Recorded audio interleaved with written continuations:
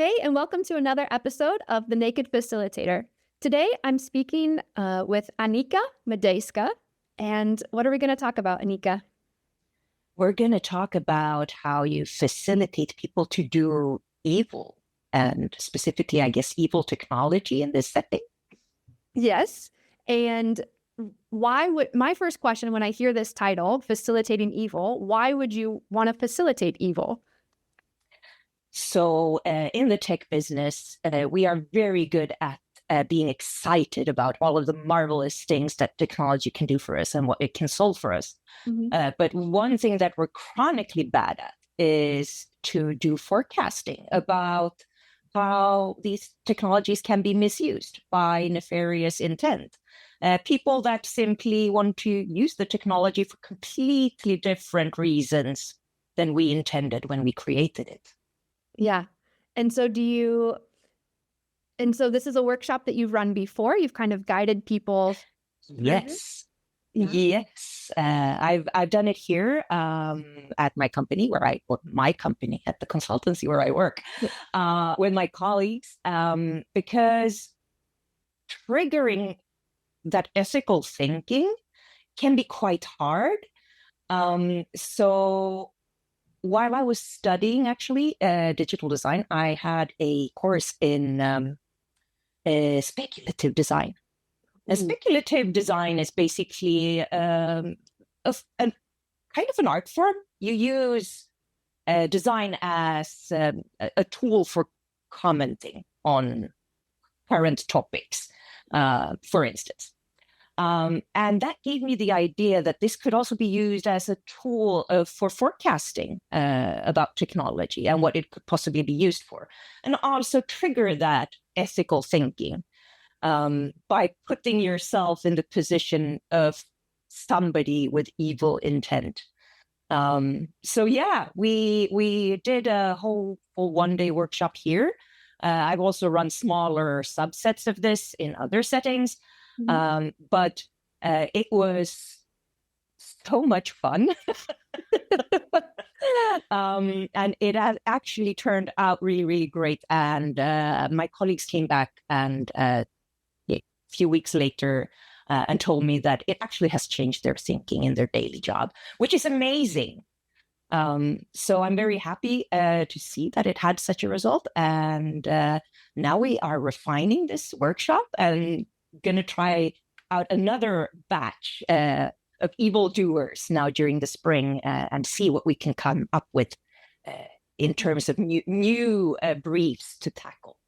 And I'm thinking of the workshop itself. Is it a very playful workshop? Because if most of us wouldn't call ourselves an evil person or an evil overlord with nefarious intent. I can imagine you show up at a day workshop. You're like, okay, welcome to the workshop. Everyone's going to be evil for the day. Yeah, it kind of started like that. It is a bit odd for some people. It is very uncomfortable. It also, of course, depends a lot about what topic you choose. So when I've run this workshop, I've created briefs. For instance, in Denmark, so the Nordic countries have very, very kind of all-encompassing data about all of the citizens. And that data is very, very guarded and protected, of course, by the authorities. You can do lots of evil with it. But researchers can use it. And in Denmark, researchers actually used this data to train an algorithm that pretty much can predict your death. Wow. Yes. So I utilized that and created a thought experiment and gave them a brief about so what would an application look like that is created by the government that is its intent is to get you as a citizen of the country to make better choices in your life, because that then in turn costs less for society. Yes.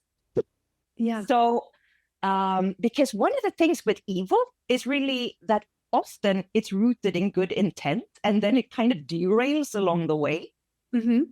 So there was some good intent in this to get you to make better choices. Sure.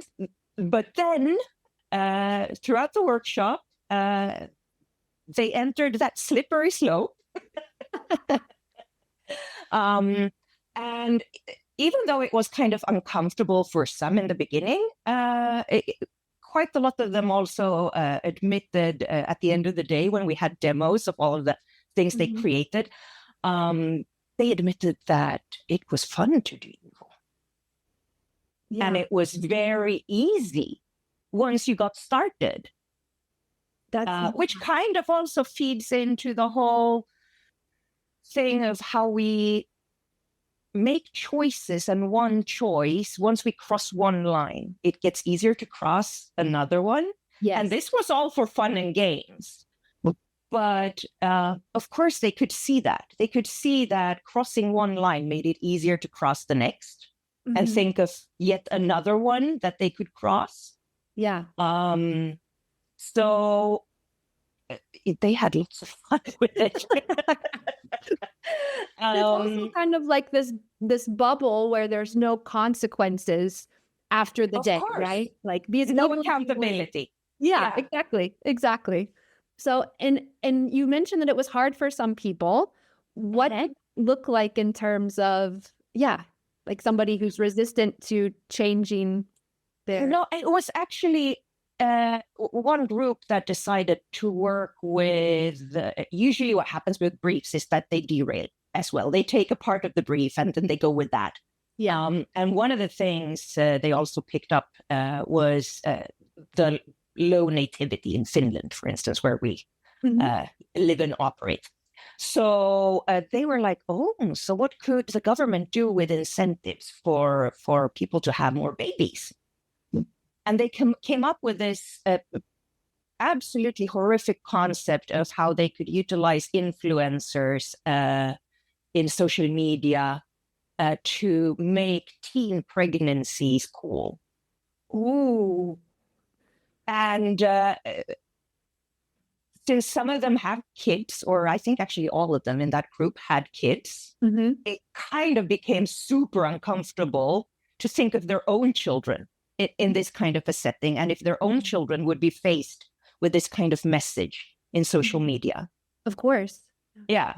So, of course, I mean, there is always that that barrier of being able to look at something from afar and not really react that strongly because it doesn't really touch me. Of course. But as soon as it becomes close and personal, and you can imagine people you love in that situation, then that's usually when people get a bit uncomfortable.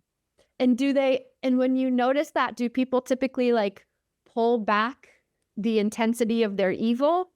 What's the... It can happen. It can also be that they just need a moment. They just need to talk about it, laugh a little bit about it. And then they too cross the line and it gets easier. But we haven't dealt with any super difficult topics in this. I've done speculative design projects myself that were making me so uncomfortable, feel so horrible, that I literally had to step away from my computer and kind of felt like, I hope nobody ever finds out that I did this. Because I decided to dive into the horrible, horrible swamp of what would happen if things that are currently on the darknet would actually become legal through a process of normalization. Okay. And it's really, really interesting to kind of play around in these areas. One of the things that I also try to facilitate them to is to consider words, because words carry so much power in these places, because you can make something that sounds absolutely horrid and evil sound so much better by just changing the words. And I mean, this is also something that many, for instance, right-wing extreme right-wing groups do. They use words that sound far less dangerous for things that are really dangerous. Yes. And we as white people, we like to call ourselves expats. I mean, I'm Swedish. I live in Finland. I'm an expat. But if I would have had a different color of skin, it is so much easier to call me an immigrant. Yeah. Which has a completely different connotation in the word. So that is one of the things also that is very, very helpful in doing speculative design and doing evil, to facilitate the like how you can twist words into sounding so much better and so much normal. Yeah. Well, that's fascinating. And so if somebody, because I can imagine that not everybody listening is dealing with like ethics of the digital ethics and things like this, but whatever topic they're dealing with, they can flip it to the extreme, right? Instead of anything. How do we make fake digital products would then become we make super evil. So what tips or advice would you give to someone if they want to facilitate on the extreme side of things? So one really, really powerful thing to do is to, let's say you're working on a product in your everyday work, but you want to flip things and start thinking differently. I bet people who are working on a product or on a service know pretty much what kind of a service they want to create. So what if you flip it? What don't you want your service to be? And start listing that. What is it that you want to avoid? What is it that you don't want to happen? That is one trick. Another trick is actually to start with world building. If you want to flip things, what would the world look like? What would society look like if this product, this evil product existed? What would need to be in place in such a society? Okay. What kind of government would it have? What kind of laws would it have? Would it have social media? How would that social media work? So on and so forth. And world building has become so much easier thanks to generative AI. You can use generative AI to create images that spark other ideas. You can use generative AI with text tools just to chat things through and utilize the AI to help you create the world. So, and you can do that pretty fast. And that's actually one of the things that I set people out to do the first thing they get to do after they've got them briefs in my evil workshop. That is that they get to do some world building, some classical science fiction, techno-fiction kind of, world building. And it's funny to see that because I walked in to the office and a colleague of mine had this look like a child on Christmas, right? Like just so excited at his laptop, right? Colleagues aren't normally this excited to look at their laptops. It's like, what is going on? He goes, I'm building a character because he plays Dungeons and Dragons. So they're very much into world building and creating characters. And he goes, I have to create a new character. So I asked AI to help me. Come look at how incredible this is. I have a wife and 2 kids, and this is my story. And it's amazing, and you can do it really fast. I know that to some it might sound odd that a digital assistant sits here and talks about these generative AI tools in these positive terms, because there are a lot of issues with them. But there are things that they are useful for. And this is one of them. they can help us trigger that ethical thinking, actually. Yeah. And I would have never thought of world building to connect with that, because I can imagine that also really immerses the participants in the realm of because you evil things don't just pop up out of nothing. There has to be a certain environment for such a thing to thrive. Yes. And you need to kind of get a clear picture of what that is.